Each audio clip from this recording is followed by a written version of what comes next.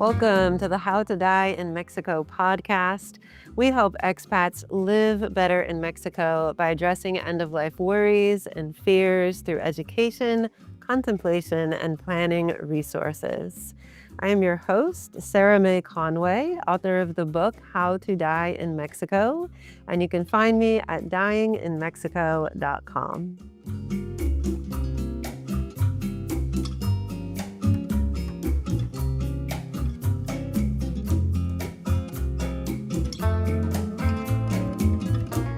Today, I am speaking with Toni Lehman and Damián Lire Medina of Peninsula Funeral Care in Los Cabos, Baja California Sur.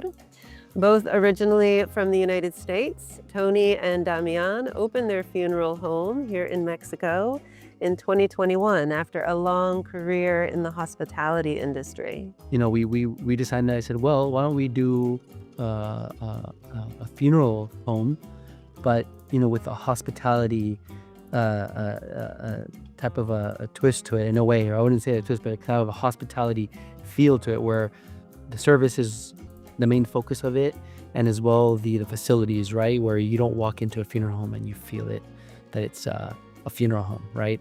It's something a little more warm and empathetic. They now bring a service-first approach to funeral care and had some great advice regarding what you need to know about burial, cremation, or repatriation in Mexico. If you choose the right funeral company, you really don't have anything to worry about, because that company is going to be advocating for you and they're going to be there with you every step during the process. So even if it's the day after, let's say your spouse dies, you know, who do you want to spend 8 hours with? Think about it. You can connect with Toni and Damián at peninsulafuneralcare.com. May this episode be of benefit to you, and if it is, I would greatly appreciate your support in the form of a like or a follow, or better yet, leave a review.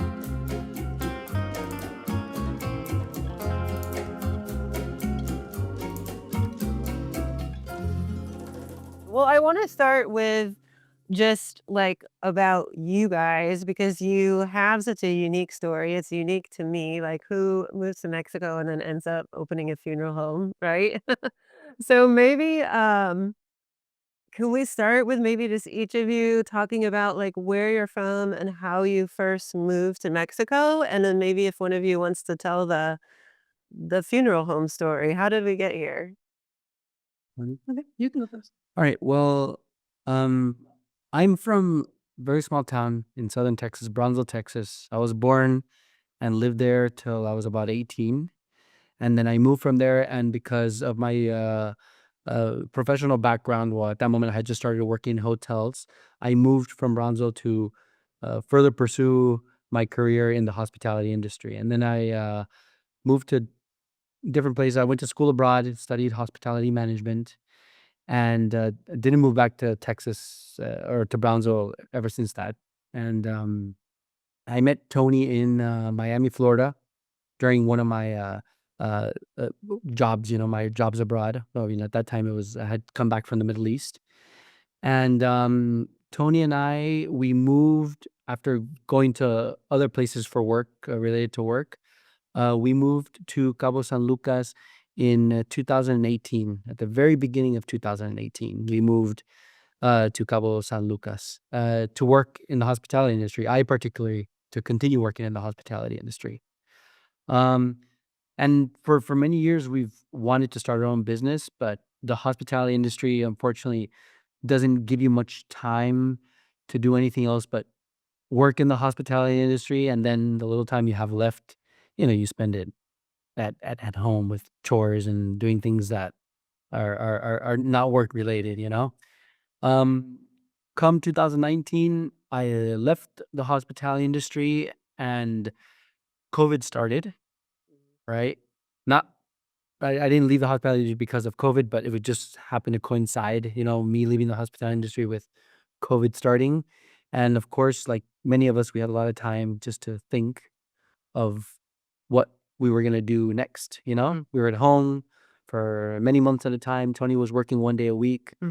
I was focused on some apartments that we have, that both Toni and I have here in Cabo San Lucas. So a lot of painting and fixing things because we couldn't do anything else. So also time to think.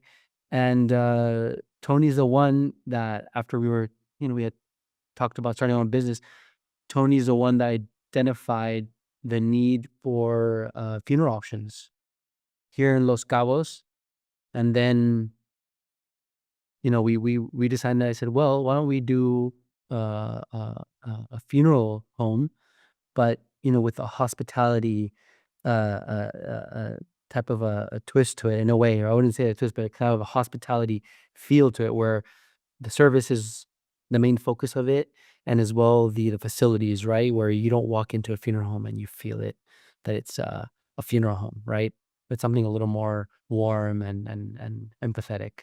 So that's how we started the business. Right? Yeah. And Toni, what about you? Where are you from? My family is based in Pennsylvania, and I grew up there for the most part. We had done traveling around the world. We lived in Africa for a few years, so I've always preferred to, do something different, live somewhere different, and have new experiences and travel. So, like Damián said, we did a lot of traveling together, but at some point we felt like we just wanted to be in one place. Mhm. We were tired of moving. And once we lived here, we found that there could really be an opportunity here because the economy is doing well and it's just a really vibrant destination and it's growing. And then you have the whole expat slash foreign resident um, aspect where there's so many people moving here and relocating here. And these people are expecting something more similar to what they're probably familiar with in their home. So when we were thinking about the business options, I mean, we went through a number of different possibilities, but we settled on this funeral business because we said this is a business where we can apply our skills that we already have, and and it's a great business because it's a small team, but you can really make a big impact in people's lives. You can know your clients one on one.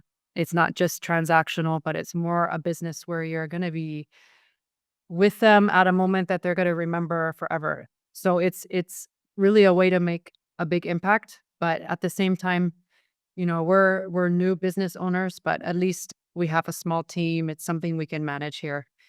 And so far it's been a really challenging startup, but we're still here and we're gonna be here for Yeah. the future.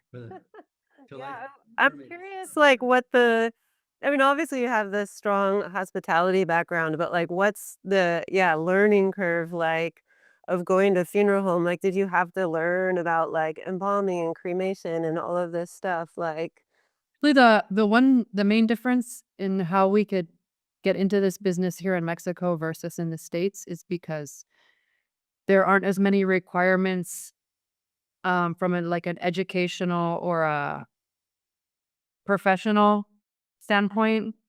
Um, Regulations. Mhm. there's regulations, obviously. Hmm. There's governmental regulations, but you don't need to specifically have like a degree or a background in funeral services. We're actually very new at this, but just because we've been willing to learn on our own and hire very good employees who are experienced, that's how we could enter this business. And And we're continuing our studies as we progress. Damian's enrolling in a university here, so I'm getting my degree in a funeral director, like to be a funeral director. Mhm. That's another thing in Mexico that since the funeral homes aren't really regulated, it can work in both ways. In this sense, it worked in our favor. Why? Because fortunately, we're one of the funeral homes that obviously wants to do and is doing things the right way. We have installations, honestly, meet U.S. standards Mm. in regards to the crematorium, to the viewing room, to our embalming room. But there are, for example, funeral homes, especially in the larger cities in Mexico, that anyone can just open. They have a small budget. They buy a couple of caskets. They buy some urns. They, put a sign up in the front. And they say funeral home Lopez, and then Mhm. that's it. They're a funeral home, but they might not have the education, the etiquette, the empathy, to actually provide funeral services. So what now the funeral industry or a small group of funeral directors in Mexico is doing, which I'm a part of, is we're trying to have the local governments and more of a federal government start requiring funeral homes to have a licensed director, somebody who has a degree and experience. So that's why we're getting ahead, and I mean, I've taken already a few courses. I'm taking another one right now, which starts actually next month in May. So when that time does come, we are really, at least we're already meeting those requirements. Mhm. Yeah, I know that doing the right thing is, of course, very important to you. Like we spoke about this before, and especially like when it comes to consumer rights. I just spoke to a man the other day who he's an expat that lives in La Paz. His partner died, and he was very like the hospital, the doctors, everybody was so amazing. Everything went as best as it could, and he said the one part of it that was really, difficult and almost, like, traumatizing was that the phone calls that started coming in from funeral homes, like, as soon as his death was Yep. certified or whatever you call it. So, do you wanna maybe tell me a little bit about this? I have so many questions about this, but just walk me through this. Well, unfortunately, the way that the funeral industry works, is that the funeral homes will get a hold of of these of these people's numbers, right? Of for example, the person that you were talking about, they'll get a hold of the numbers. Exactly how they get it, it could be many ways, from anyone in the hospital, from any authority who has talked to them, right? From a security guard, because what happens is obviously these numbers unfortunately go on different forums, and these forums float around the hospital. So it's kind of hard to keep these numbers secret, right? Which they should. So what happens? They should. Some people hand over these numbers. There's already like a little type of a network set up where these numbers get to the funeral homes, and they reach out to the families, right, and offer them services. Hence the reason why, and I know we'll cover this. The reason why it's so important to pre-plan if you do plan on staying in Mexico, to not to avoid these calls, because you might already get these calls. Unfortunately, whether you have already a pre-need service already purchased, but to at least, not have to entertain any of these people, and just not answer your phone and not be worried if the person who's calling you is really looking out for your best interest. Mhm. So that's how it works, unfortunately, and they get a commission for um, the person who passes this number on to the funeral home gets a commission in return, Mhm. unfortunately. Mhm.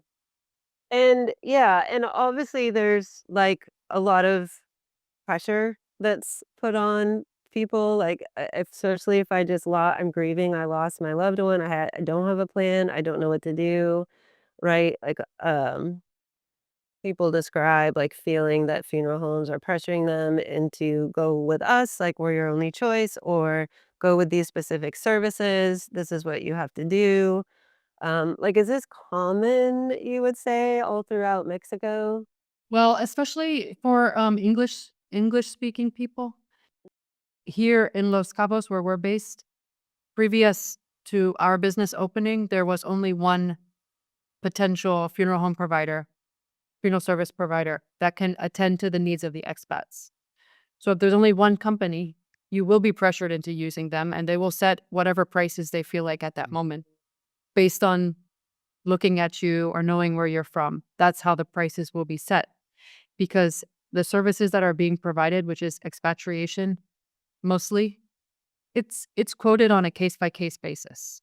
They're not publishing these prices anywhere. They're going to find out where you need to go to, um, and which airline it's going to be, and they're going to quote a price to you, and you won't have a base of reference to price check it against another offer. That's right.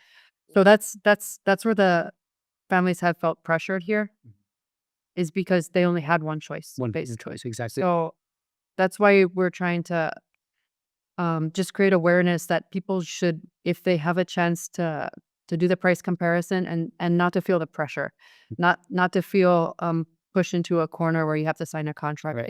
in the moment, like maybe an hour after your loved one has passed. That's right. Yeah. Yeah, that's really, helpful to know, and helpful to know, like, how much time do I have? Like, as I'm getting these calls, say, for an expat who has died in Mexico, like, meanwhile, where's the body? Like, at the hospital, at home, like, it's at the coroner? So with expats, it's very important to know that all expats, right? Depending on the country, but we're focusing here more on the, let's say, U.S. expats, right? In Canada, the deceased, they must go to the coroner's office, right? There's obviously a process. It could be rather lengthy, especially on more harder to reach towns, like for example where you are. Why? Because there's a lot of bureaucracy here in Mexico. So you'll have um, the retrieval of the deceased goes through a process, right? Where there's obviously a call to 911 that's made. Then you have obviously the ambulance that will probably show up along with the municipal police, right?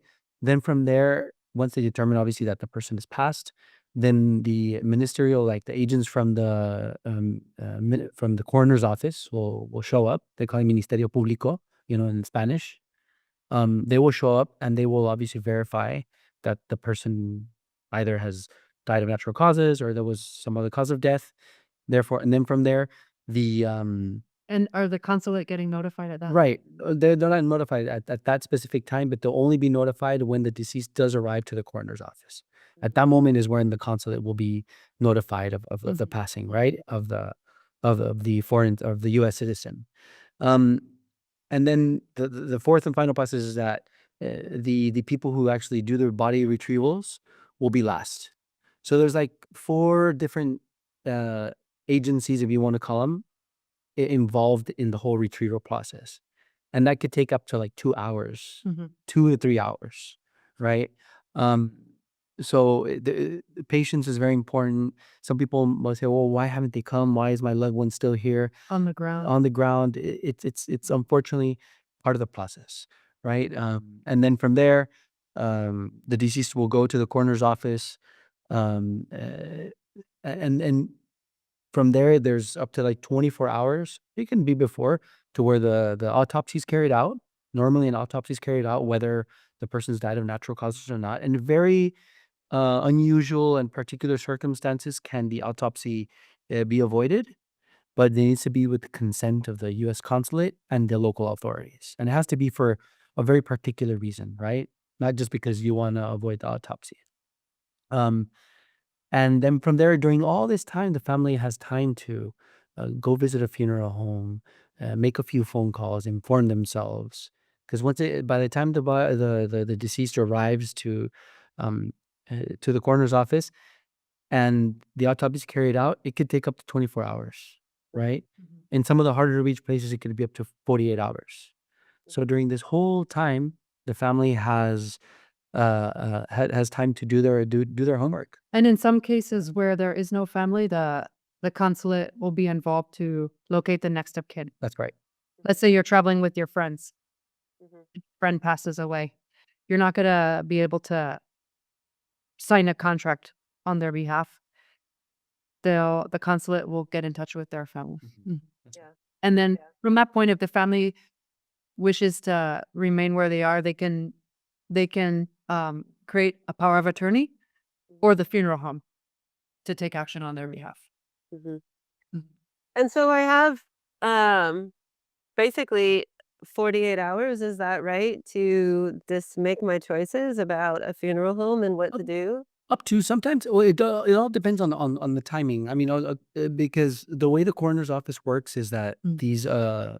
the the administrative offices operate on administrative timing. So if it's, for Mm. example, Monday to Saturday Mhm. during, you could say, administrative hours, then things tend to move a little bit quicker, Mhm. right? So let's say the death occurred maybe at 3 a.m., right? And then, of course, the deceased is taken to the coroner's office maybe by 8 a.m., 7 a.m. Then it's a time where they have just started their day, so things might move a little bit quicker. But if the deceased happens to pass, or deceased pass, but if the retrieval happens, let's say at 5 p.m.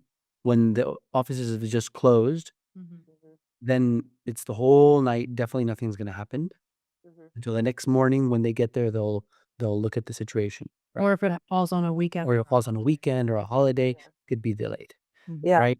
Then what happens? The autopsy is carried out. Once the autopsy is concluded, then the family is allowed to retrieve the deceased with the funeral home. At that point, obviously, a funeral home needs to be already hired, right, and then be at the coroner's office to retrieve the body and then proceed with the funeral arrangements. But that's going to be happening in Spanish. So Right, they're going to need either a funeral home that speaks English or a translator. right. Yeah. Or you That's we just speak Spanish. right. Yeah. Be getting interviewed in English because it's more of a what happens at the coroner's office. It's not you're not going there to identify the person like you may have heard people do in the States. You're going there to undergo an interview. They're asking you questions about how the person passed away and verifying the familiar ties. Mhm. And then so it's just an interview process that's like That's an right. hour and a It could be an hour, could be an hour, 2 hours, depending how busy they are. If another funeral home happens to be there right before you arrive with your the funeral home arrives with their client, then you have to wait till they're finished until you go. So patience is yeah, is it's nothing important. to be scared about, but No, you should no. go in there knowing That there's a process. that there is a process and how long it might take so that you don't feel Yeah, but I like that, the bottom line that I feel like I'm feeling is that I can breathe out. I don't have to like jump at the first person that calls me. Like I do have some time. And I'm hearing like even, and maybe this is too much of a leap, correct me if I'm wrong, but if my loved one does die at 3 in the morning and it's a natural death and it was expected, like maybe I choose to just be present with the body and not make a call until first thing in the morning. But also keep in mind that, of course, it's recommendable that the moment the person does pass, that you do call the authorities, because there could be a question as to okay, the person passed away at 3 a.m. and you didn't call us till 8 a.m. Why? Yeah. You know, why haven't you called us? And unless so they have a doctor there exactly, you need to have recommend you to have a doctor present that can definitely has a medical history to document. to document that the person obviously died of natural causes, and so there's no suspicion or reason for the authorities to think that you have delayed the call for some reason, because they know if the person just recently passed, or if the person passed 6 hours. Yeah. I always recommend that the moment the individual does pass, whether if it's elderly or not, that you do call, right? The body, unfortunately, in this warm weather that we live in here, the moment someone obviously does pass, then the natural process begins. How could I pre-plan with a funeral home? Is right now too early? What are my options? Well, it's never too early, and pre-planning. Look, pre-planning is very important, not only for the reason that obviously you've already kind of like selected the funeral home, but there's so much behind emotionally, also practically and financially that pre-planning helps. You know what I mean? First of all, the practicality side of it, right?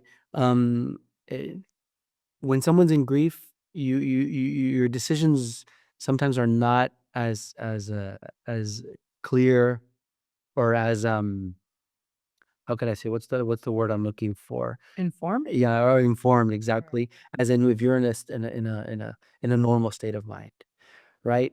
So your decision making is a lot more on point when you don't have the pressure of a loved one who has just passed away on your mind. Or it could be for yourself. Or for yourself, exactly. And that's where it comes to number two, the emotional aspect of it. The emotional aspect is you as a person, when you're in life, you have the ability to make the decision on what happens to you after you pass, and who's going to pay, and where do you want to be buried, if you want to be cremated, if you don't want to be, how do you want to be remembered, right? And you don't leave that decision up to someone who might not know you properly, or family who might come into disagreement, right, on who's paying and what's going to happen. So you avoid a lot of burdens on people as well if you make the decision now and say what you want to happen, and also financially, right? What happens?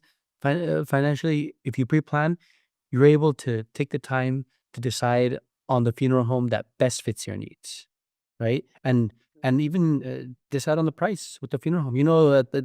It's like anything. When unfortunately, some funeral homes, I wouldn't say not all, some funeral homes will take advantage of that vulnerability that one has when they're in a time of need and desperation, right? That they've lost someone, especially in a foreign country. So if you take the time to select a funeral home, get a quote with them. They'll see that you're in, good spirits. You're not in need, so you can actually do a little bit of a critiquing and say, you know what, I'm going to go with the other funeral home. Look at their installations, talk to the people working there, see if they how they treat you when you're gonna go in for a quote.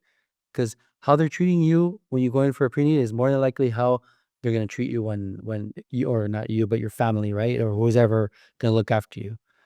So it gives you time,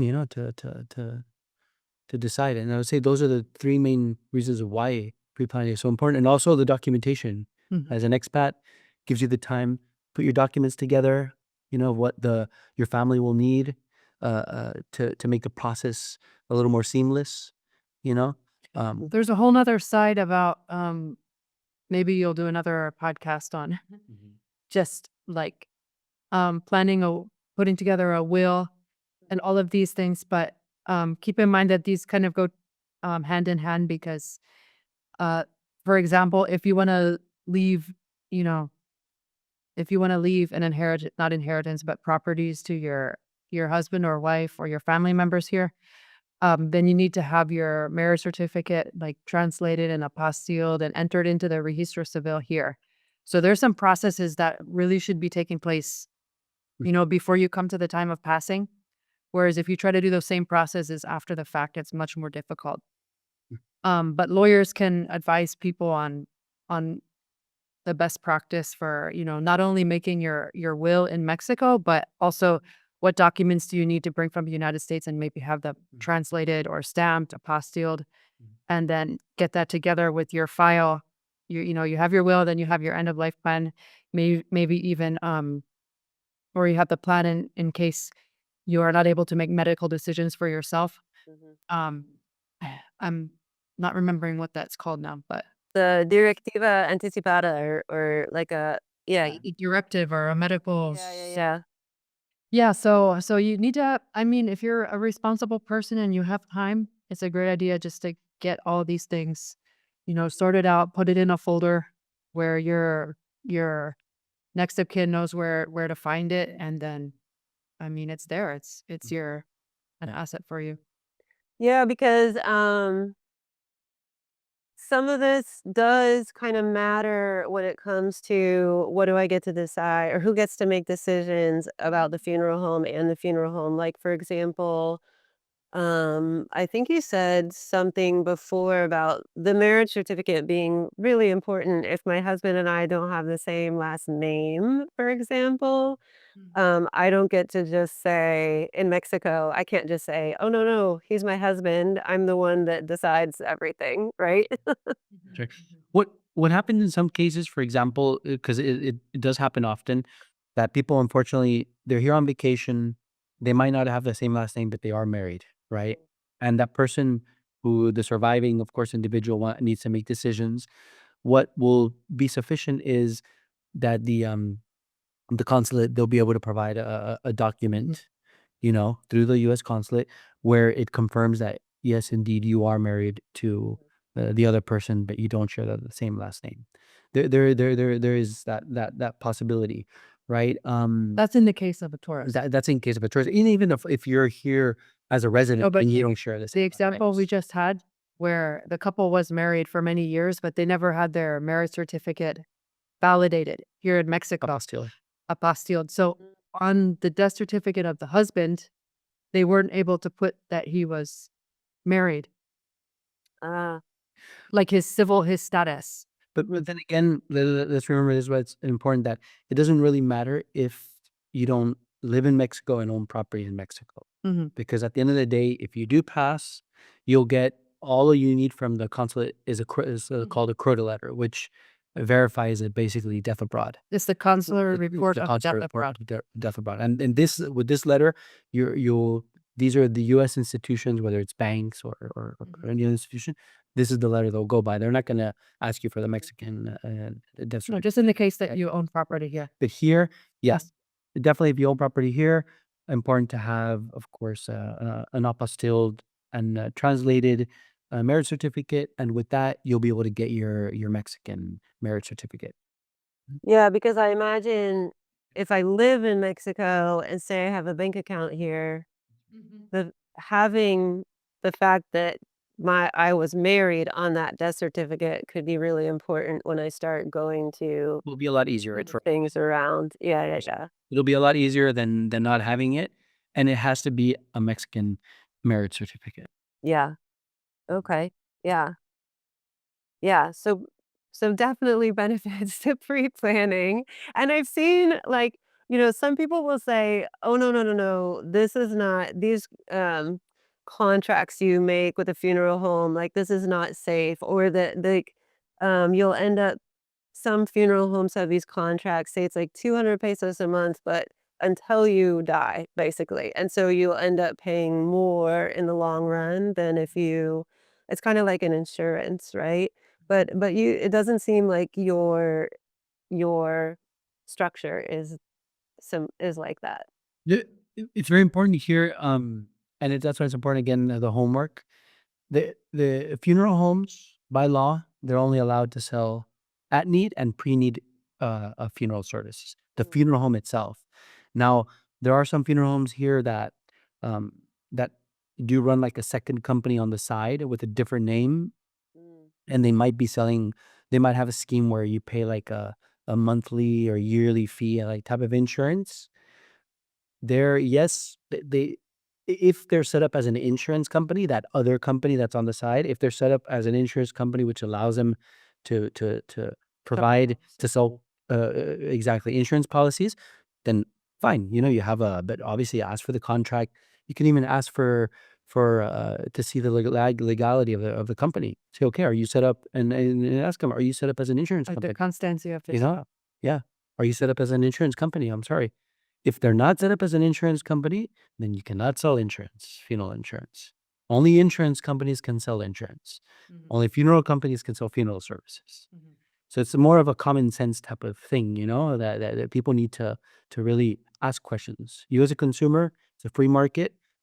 Ask questions. Don't be ashamed. And if you feel that people aren't being transparent and they can't provide you with information, then they might not be the right people to purchase from. And buyer beware that here in Mexico, the regulations are different than in the States. In the States, if you basically buy a funeral package, like a pre-need funeral package, it's held by a second party, which is an insurance provider. So that money is not being held at the funeral home itself. Why is that? To protect you in case the funeral home goes out of business. Mm. The funeral home does not have its hands on your money until the death occurs. At that time, they get the money to provide for the services. And here in Mexico, their regulations don't exist. So a funeral home can be taking in numerous deposits from people, and there's no regulation on where that money's going. That money can be spent the day the day they receive it. Mhm. So, I mean, there is a chance, like if a unethical funeral company, which has happened before in Mexico, goes out of business, poof, all the contracts are going up in smoke, and those people are out of luck. So, I mean, it's also something to keep in mind. Not a reason to not buy your funeral package, but when you buy a funeral package, you should have a legitimate contract. Yeah. And something that a lawyer could use Exactly. in eventuality if the funeral company doesn't exist one day. And that's also very important. Here, Tony mentioned a quick topic. Lawyers, fortunately, in Mexico, if you choose the right lawyer, they're not expensive. It's like in the States where you could probably pay like $200 an hour just to talk to somebody. You know, um, just get somebody to look through these contracts and say, hey, look, I'm gonna buy I'm interested in a pre-need funeral service. Have a look at this contract. Is it legitimate? And they'll let you know, because there's a certain norm that all of funeral homes do need to abide by. There is a norm, like they call it Norm 36, which regulates funeral homes in Mexico, right? So we are regulated by a certain norm, but it's not very complex like it is in the States, where it really covers a very broad aspect of the funeral services.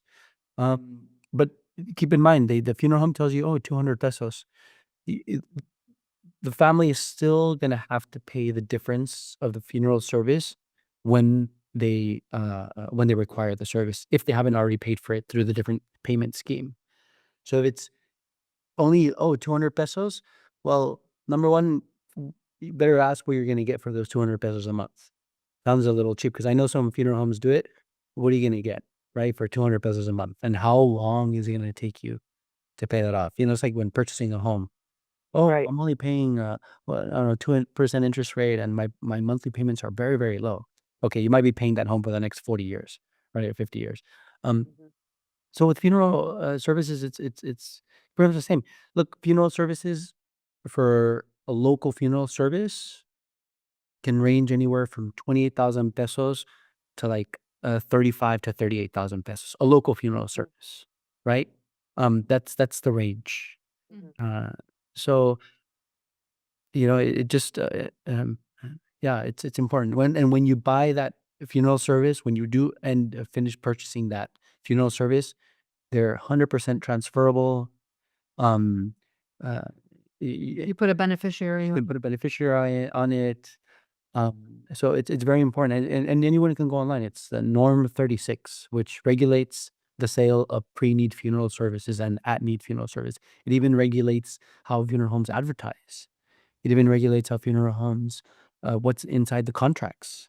Yeah, yeah, it sounds like, yeah, if I hear these terms at need, pre-need, and I'm getting like an actual contract that seems to be following Mexican contract law, and I can put a beneficiary on it, like, these are all signs that I'm like, "Okay, I'm probably at a pretty legit place of business, and I can trust that I can, like, pre-plan for this or prepay for this in a way." Yeah. Yeah. So, yeah, I mean, there's a lot of misconceptions out there, so I'm glad that you cleared that up. And it's funny, like even just like as I've been interviewing people for this project and um like asking people, what are you going to do with your body when you die? And I feel like there's so many misconceptions like um I don't know if you've run into this, but there really is, like, a belief, I think, among some expats that if you die here in Mexico, like, somehow the US consulate just, like, takes care of everything for you and sends your body back to the US. Or, like, I've heard people say, like, "Oh, well, it doesn't matter, like, I'll be dead, just, throw me in the ocean or throw me in the desert," or, which obviously is totally illegal, and so you're then leaving somebody else to do the work. Yeah, yeah, like, what have you heard? Well, it clearly says on the U.S. consular website that the State Department does not have any funds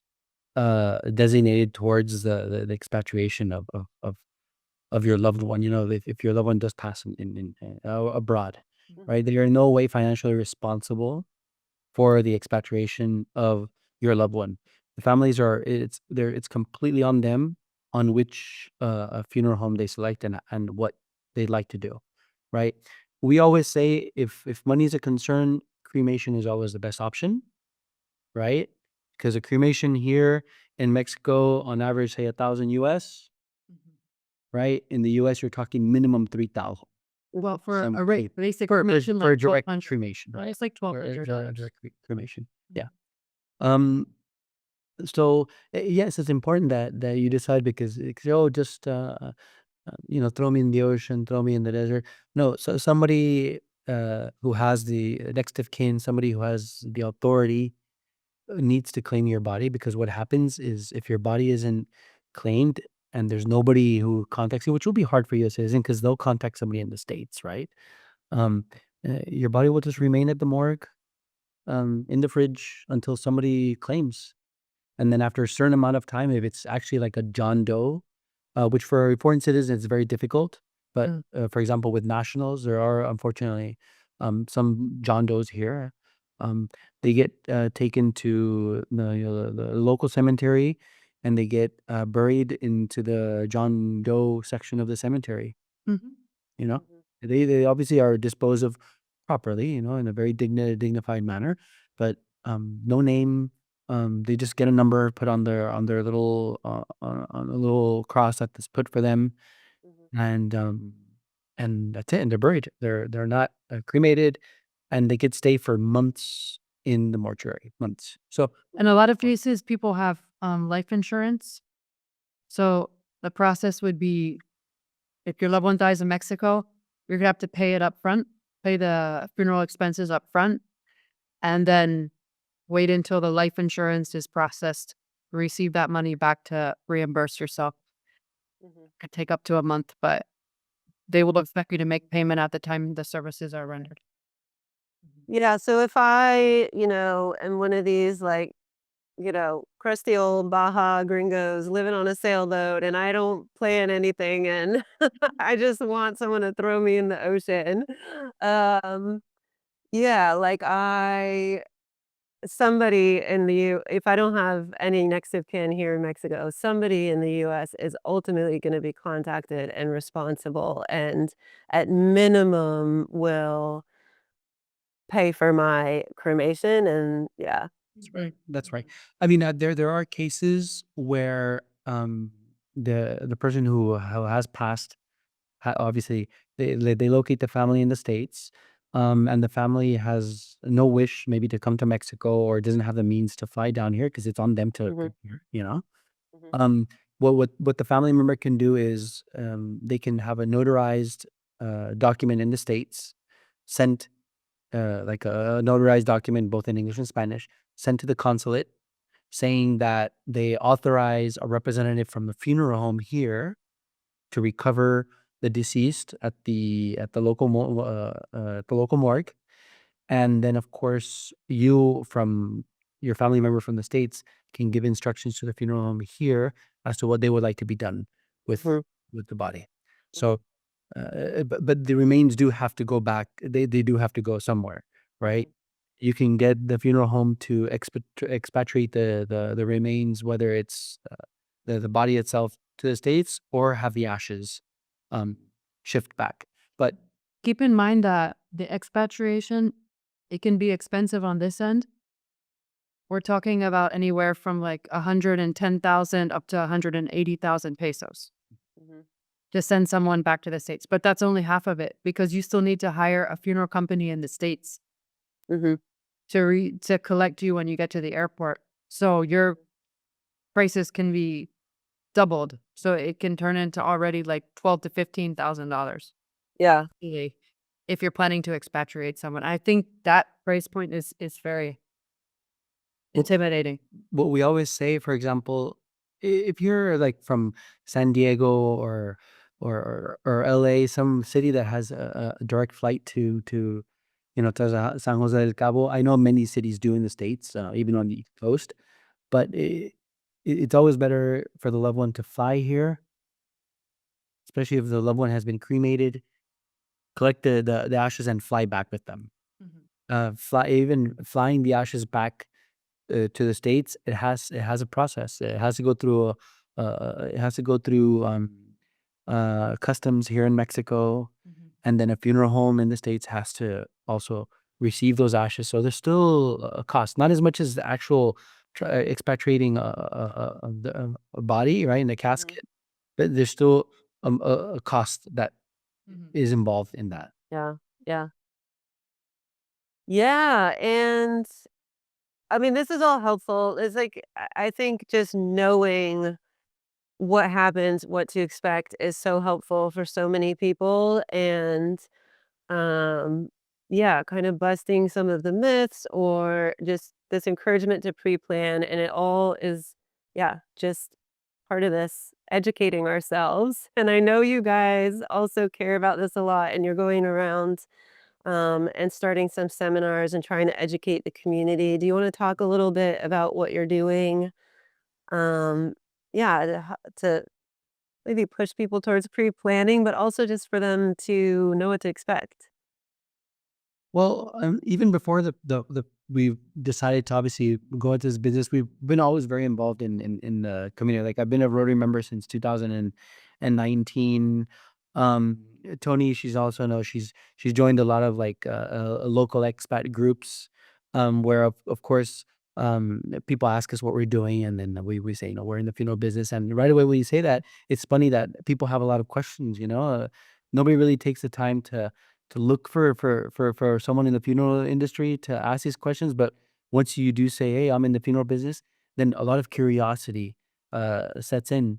So this is mainly what we're trying to do. Involve ourselves a lot in community activities, Mhm. and just try to have normal conversations with people. I think that's the best way to have people uh, feel a little bit more comfortable with you than have a funeral home come knocking at your door trying to sell you a pre-need package, right? So that's what we're doing, just involving ourselves in community activities, so people are able to relate to us and see that we're just, a normal person. We're not like these creepy funeral director knocking at your door, right? So, and I think that's the most important part. We're just like you. We're just working individuals or your everyday citizen, um, uh, which are try to give some clarity to the situation, and also some reality. It's important that people realize how real funeral services are, and that eventually uh, uh, you will require, whether it's in the near future, and hopefully maybe not, and maybe in the far future. But as everyone knows, life is so unpredictable. No one knows when our time has come. Hence the need to prepare, right? And so that's what we try to do, just involve ourselves in the community, and whenever someone, and do things like we're doing now, like the podcast and being on social media, and putting faces to the business. So that when people do come to us, it's not just on a that we want to sell them something. No, we're welcome to have someone here just to have a conversation. Uh, uh, Nothing. We're not expecting anything in return, because our most important point here is educate the community. It makes it easier on everybody. Mhm.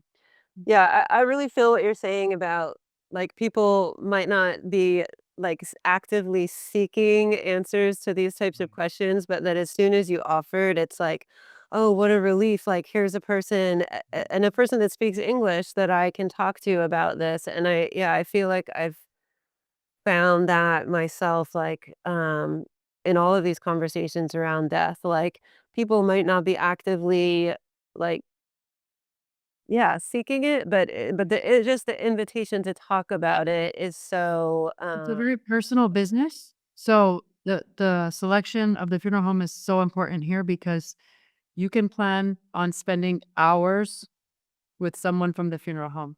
Mhm, If you're a foreign resident here and you pass away, you're going to be what we do is we offer even transportation services. So if someone's at a hotel and they don't want to be Ubering or hiring taxis, we, with pleasure, we go pick them up personally. We'll take them to the semi-fo. We stay with them there the entire duration of the time, translating with them, making small talk, getting to know them, and then driving them back home when it's finished. The same process for the registro civil. So during the course of those could be anywhere from 4 to 8 hours Minimum. minimum. Mhm. We are like almost holding the person's hand. Like we are there with them. That's why the selection is so important because you are going to be with the funeral company or with someone from the funeral company. Or they should be with you. They should be with They you. should be with you, They should because be. you can hire them and they're not there and they leave you for your own device. But mhm, But in the case of yeah, in the case of our business, we make sure that we give a personal touch, right? We pick the person up, we take care of them, and we drop them off. So during and we of course provide like the translation service and whatever odd requests there is.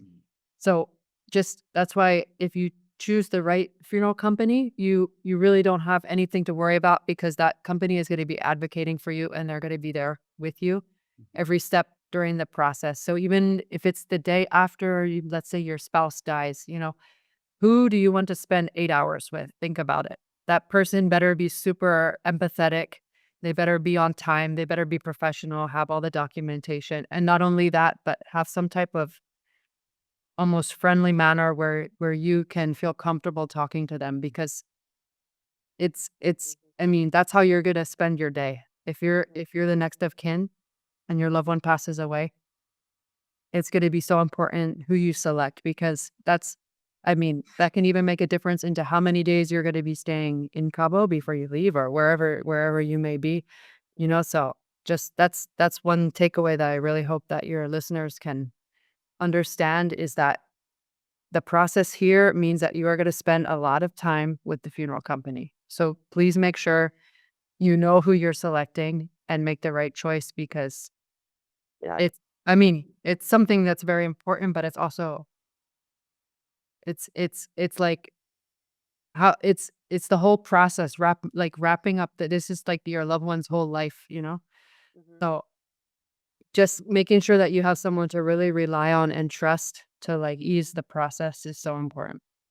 Yeah, and, even those of us that can, like, put together a little bit of Spanish, might find it very difficult to put together any Spanish when we're in that moment of real grief, and just, yeah, being able to communicate with someone, more easily is so important also. Yeah.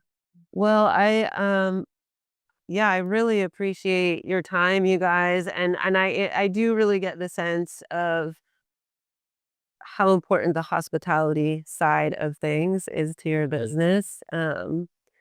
It really comes through, and so thank you so much. And thank you for inviting us to this conversation. And anytime, you can even give us a ring if you have any other questions, doubts, or any of your listeners. They can always reach out to us. Like I said, no strings attached. We don't expect anything in return. Even if it's just to get I don't know, just an answer to a doubt that they have, they can always reach out to us. We're available. Yeah, and it's, peninsulafuneralcare.com, That's right. and all of everything that I need to contact you is there, right? Peninsulafuneralcare.com. Everything's on the website. On the website and Facebook. And Facebook. Right. Great. Well, anything else that people really, really need to know about if I'm an expat living in Mexico? That's it. Yeah, just very important in general. It's a free market. Mexico's a free market. You as a consumer.